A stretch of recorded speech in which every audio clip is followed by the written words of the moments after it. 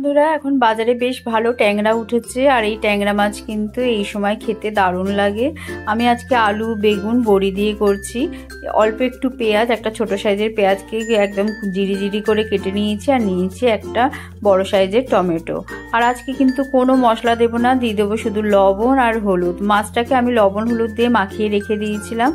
দেখো পরিমাণ মতন হলুদটা দিলাম 1 চামচ আর কাঁচা লঙ্কা বাটা দিলাম। এই হলুদের পরিমাণটা ঠিকঠাক দিলে পরে মাছের কালার কিন্তু খুব সুন্দর আসবে আর মশলা ছাড়াই কিন্তু ঝোলটা হবে ঘন।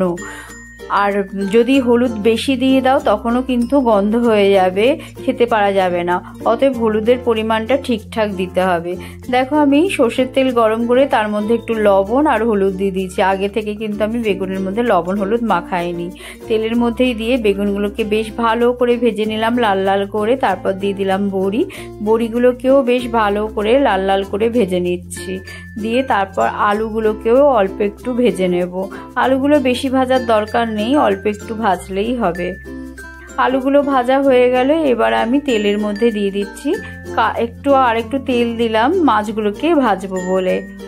মাছগুলোকে এবার আমি ট্যাংরা মাছ, এর কিন্তু আঁশ নেই, সেই জন্য ফুটফাট করে ফাটে, তাই আমি গ্যাস কমিয়ে ঢাকা দিয়ে মাছগুলোকে ভেজে নিচ্ছি। ঢাকা দিয়ে মাছ ভাজবে, তাহলে কোনো কিছু বিপদ হবে না কিন্তু। আর ঢাকা ছাড়া দেবে, গোটা রান্নাঘর কিন্তু ফুটফাট করে তেলেতে ভর্তি হয়ে যাবে।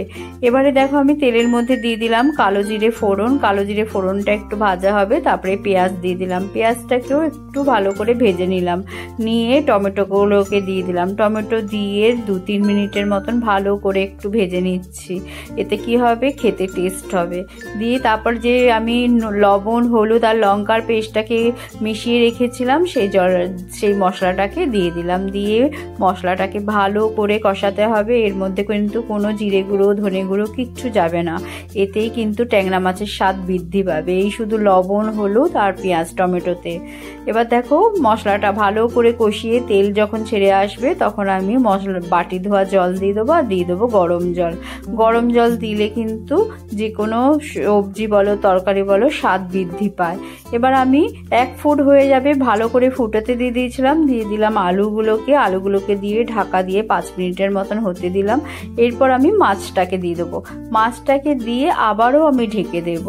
দিয়ে মাছটাকে একটু এপিট ওপিট করে আরও 5 মিনিটের মতন একটুখানি সেদ্ধ করে নেব। কেন ট্যাংরা মাছ তো একটু শক্ত হয়, সেই জন্য একটু সিদ্ধ করে নিলাম 5 মিনিটের মতন। তারপর আমি বেগুন আর বড়ি লাস্টে দেবো, কেন বেগুনটা আমি খুব ভালো করে ভেজে নিয়েছি। আলু দেখো আমার সেদ্ধ হয়েই এসেছে।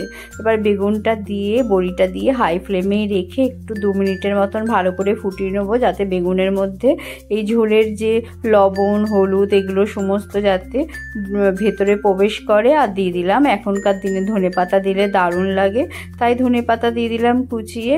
এইরকম মাছের ঝোল সিম্পলভাবে খেয়ে দেখবে, দারুণ লাগে। দেখো আমার রেডি হয়ে গেল আজকের এই ট্যাংরা মাছের ঝোল। তোমাদের কেমন লাগে অবশ্যই আমাকে জানিও।